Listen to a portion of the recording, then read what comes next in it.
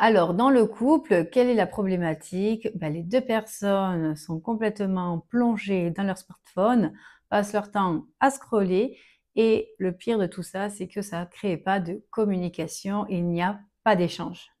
Concernant la famille, il y a aussi le fait que vos enfants, quand ils viennent vous communiquer quelque chose, vous passez votre temps à regarder votre téléphone au lieu de les écouter. Ils se sentent pas entendus et en plus de ça, vous leur donnez le mauvais modèle type que pour discuter, pour avoir une vie de famille, pour être parent, le mieux c'est de scroller et de faire comme s'il n'existait pas. Mais alors, où est le rôle de l'enfant? Où est le rôle du parent? Où est le rôle du couple dans tout cela? Et surtout, la famille, où doit-elle se placer? Je vais parler plus en détail des dangers de l'écran par rapport aux enfants. On sait bien que les écrans, c'est nocif pour les enfants.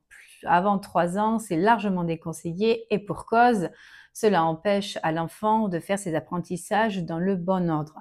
Il y a un ordre assez précis pour le bon développement de l'enfant et si il ne fait pas correctement en fait un bon développement, il prend du retard et ce retard-là se répercutera du coup dans tout le système scolaire et aussi dans son milieu social. Cela fait des enfants qui développent sûrement des problèmes, on va dire, psychologiques et surtout psychiques au bon développement. Ça peut provoquer un trouble comme le TDAH, de l'hyperactivité, car le cerveau n'arrive pas à se mettre en veille. C'est pour ça qu'il est fortement déconseillé de regarder un écran avant de dormir, sûrement, enfin, en moyenne une demi-heure avant, car le cerveau, avec cette lumière-là, a l'impression qu'il fait de nouveau jour.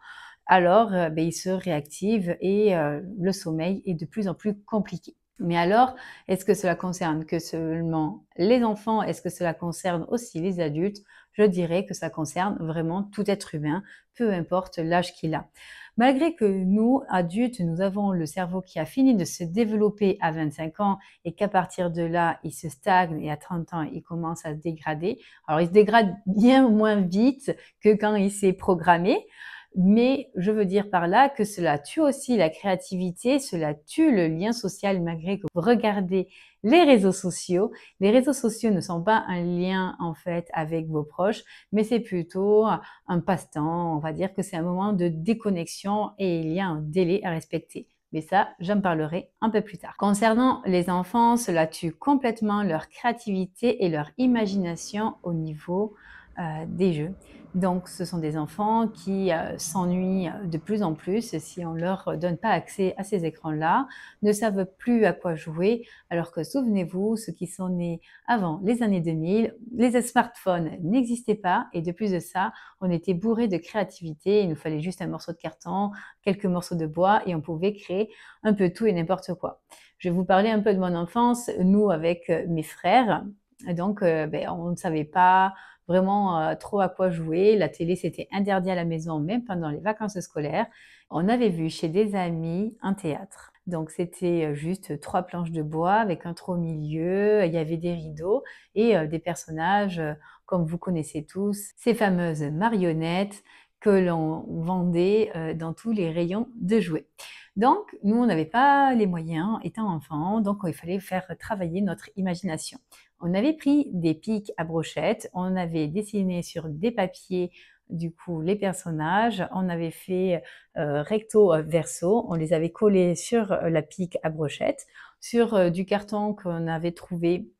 Nous avons découpé un carré et concernant le tissu, on avait demandé à nos parents de nous donner des chutes ou des vieux t-shirts qui étaient complètement troués pour faire les rideaux. Une petite ficelle à rôti et le tour était joué. Nous faisions en fait nos jeux comme ça, plein d'après-midi à jouer à ces fameuses marionnettes, à ce théâtre. On avait même fait un spectacle avec nos parents pour leur montrer en fait qu'est-ce qu'on préparait depuis longtemps. On avait aussi joué énormément à des jeux de cartes. Il existe de multiples jeux et ça crée vraiment du lien entre mes frères et moi. Et de plus, les parents ne passaient pas leur temps à nous crier dessus et on n'était pas agacés contre eux parce que forcément, on était tellement épuisés de chercher des idées toute la journée que le soir, il ne tardait qu'une chose, c'était d'aller au lit. Alors pourquoi aujourd'hui, on n'arrive pas à reproduire exactement la même chose? Il y a trop de stimulus. Il y a trop de stimuli à droite et à gauche, les écrans ici. Partout où vous allez, tout le monde possède un téléphone et un smartphone et la moyenne d'âge des enfants qui possèdent un smartphone est de 8 à 9 ans, alors qu'ils n'en ont aucune utilité vu qu'ils sont à l'école primaire et non au collège. Au collège, c'est un peu plus compréhensif, ils ont supprimé les cabines téléphoniques. Pour ceux qui sont nés après 2000, je vous laisse deviner ce que c'est. Mais alors, pourquoi on est en arrivé là? C'est parce que c'était plus pratique. Les enfants qui rentraient seuls chez eux en sortant du collège, il fallait qu'ils appellent les parents pour qu'ils soient rassurés. Bien évidemment, c'est logique, mais le smartphone est devenu plus qu'un téléphone pour appeler et envoyer des messages. C'est devenu un ordinateur portable, mais en toute miniature. Forcément, cela pose quelques problèmes liés au divertissement multiple, au téléchargement sur Play Store, par exemple, où il y a énormément de jeux sur lesquels il n'y a pas forcément de demande auprès des parents, malgré le contrôle parental. Malgré ça, ces enfants d'aujourd'hui, le contrôle parental, ils arrivent très bien à le contourner, ils sont très doués. Pourquoi je parle de ça? Parce que moi, mon fils, on lui a mis le contrôle parental et il sait très bien l'enlever, il sait comment faire, malgré que je change le mot de passe toutes les semaines. Ça n'a rien à voir avec ça, il a juste trouvé une bonne astuce, donc on peut seulement compter sur nos mains, le fait de prendre le téléphone et de le consigner dans une boîte fermée à clé. Donc si vous aussi, vous êtes confronté à ça, je vous invite réellement à investir dans une boîte avec un cadenas qui ferme à clé ou avec un code. À clé, c'est mieux parce que comme ça, vous l'avez toujours sur vous et comme ça, votre enfant n'a pas accès. Dans cette boîte-là, on y met aussi les consoles de jeu. Nous possédons une Switch, donc on met la Switch à l'intérieur. Ils avaient une vieille DS sur laquelle ils ne jouaient plus depuis des années. Et bien, je peux vous jurer que quand la Switch et le téléphone portable est enlevé, ils vont trouver le moyen pour regarder, jouer à la DS. Donc ça aussi, nous sommes obligés de le supprimer et nous mettons aussi la télécommande de la télévision parce que bien évidemment, si on supprime quelques écrans divertissants, il faut enlever aussi la télé. Avec mon mari, on regarde tellement peu la télé que ce n'est pas grave, on préfère un bon bouquin plutôt que regarder la télé. Qu'est-ce que cela crée du coup chez nos adolescents? Cela crée du coup de l'ennui. Qui dit ennui, rechercher quelque chose à être stimulant. Il faut savoir que, par exemple, pour mon fils, je vais prendre un exemple, il passe une première journée à dormir quand c'est le week-end parce que bien évidemment, il ne sait pas quoi faire. Et puis, il en a tellement marre de dormir que le lendemain, il commence à aller jouer dehors et à se créer certains jeux. Cela dure quelques temps et puis dès qu'on redonne accès au smartphone, tout ça, c'est supprimé. Donc, il faut vraiment mettre des règles, un cadre. Sachant que il y a une amélioration au niveau du comportement, il y a une amélioration au niveau scolaire et cela peut être que bénéfique pour eux. Le téléphone est censé être un outil pour apporter du plus dans le quotidien et ne pas être en fait dépendant du téléphone qui nous sert à vivre. Ça devrait être complètement l'inverse. Concernant l'ensemble de la famille, il faut savoir que les enfants adorent faire des jeux avec leurs parents. Si les parents sont constamment sur leur smartphone, au téléphone ou sur l'ordinateur, en train de faire des jeux, vous imaginez bien que les enfants, ils font exactement la même chose que vous. Alors que si vous posez votre téléphone et que vous aussi vous jouez le jeu de le mettre dans cette fameuse boîte qui ferme par une serrure, je peux vous jurer que vous aussi, vous allez développer votre créativité, votre mémoire s'améliorera, votre sommeil sera que meilleur, vous redécouvrirez l'atmosphère familiale. Quoi de mieux? Des rires, des fous rires, des jeux de société et vraiment une bonne ambiance. C'est mieux ça que d'avoir des cris. Franchement, je vous le conseille. J'en viens maintenant à l'élément peut-être que vous attendez tous. Quelles sont les conséquences sur le couple? Alors, quelles sont les conséquences d'être constamment sur le téléphone? Déjà d'un, cela veut dire qu'on ne crée pas de complicité. Même si vous envoyez un petit message le matin, un petit message le midi ou peut-être n'importe quand dans la journée vous envoyez des messages, pourquoi ne pas arrêter de le faire plutôt que de continuer et de tuer toute communication le soir en rentrant du travail? C'est une règle que j'instaure et que je prône au niveau des couples qui viennent me consulter. Car s'envoyer toute la journée des messages, je trouve ça complètement inutile. À l'époque, ils n'avaient pas ça et le soir, quand ils rentraient, je vous dis pas l'échange qu'ils avaient.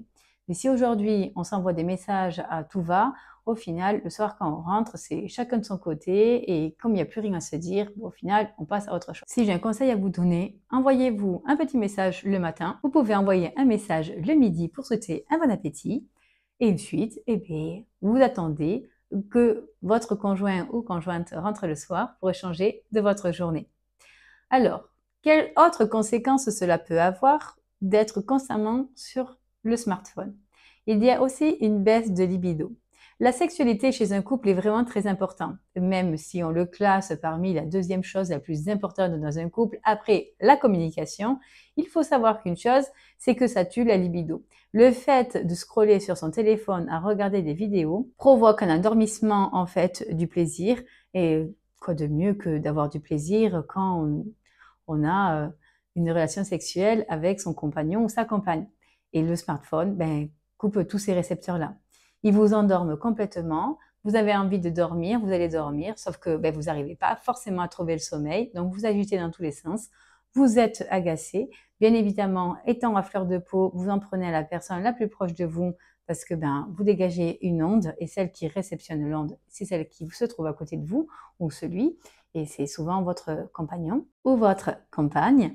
Et de plus, tout le monde est un petit peu énervé, cela crée un fossé entre vous et au final, là, la communication, elle s'arrête, la complicité, il n'y en a plus, vous vous éloignez et à un moment donné, on finit par se séparer. Si vous ne voulez pas en arriver là, je vous conseille vivement de aller consulter une thérapeute de couple ou de prendre directement rendez-vous avec moi. Je vous mets le lien juste dans la description et je vous invite réellement à prendre les choses en main. Devenir accro aux écrans, devenir accro aux smartphones, aux consoles de jeux n'est pas vraiment une bonne chose. C'est considéré comme une addiction. C'est comme prendre de la cocaïne au quotidien ou du fumer du tabac. Sachant que ce qui tue le plus reste le tabac. C'est la pire des drogues qu'il y a sur Terre. Elle commet beaucoup plus de morts que tout le reste des drogues.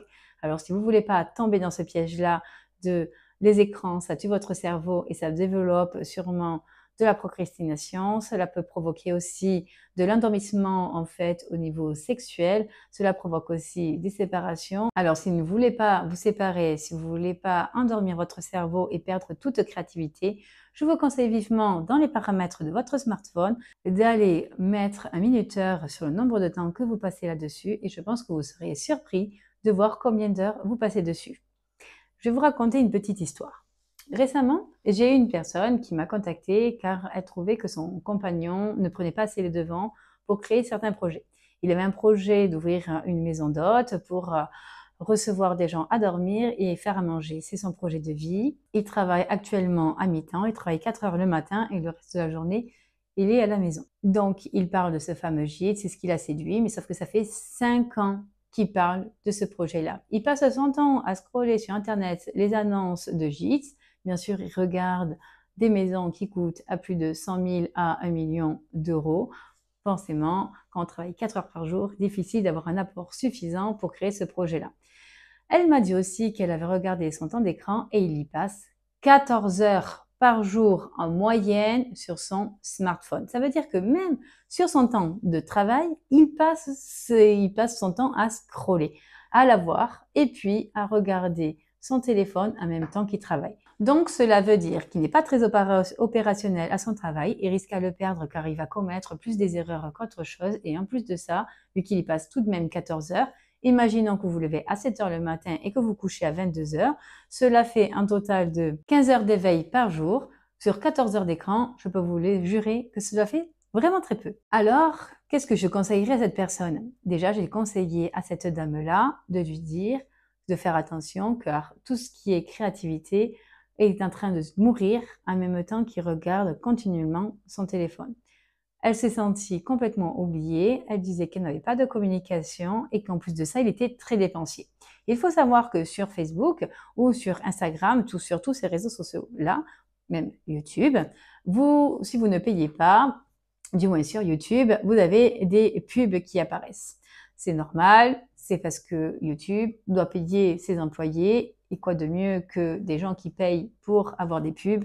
Voilà, c'est un cercle comme ça. Donc, vous avez dû sûrement voir l'une de mes pubs sur les réseaux sociaux, ce qui est normal car je paye pour développer ma patientèle et en plus de ça, me faire connaître car mon but, c'est vraiment que les couples comprennent vraiment comment ils doivent vivre ensemble. Et de plus, j'aimerais vraiment créer plus d'harmonie dans ce monde qui part plus en cacahuète. Pour résumer tout ça, donc nous sommes très ciblés. Voilà, ça s'appelle un algorithme grâce à Google. C'est lui qui a créé ça.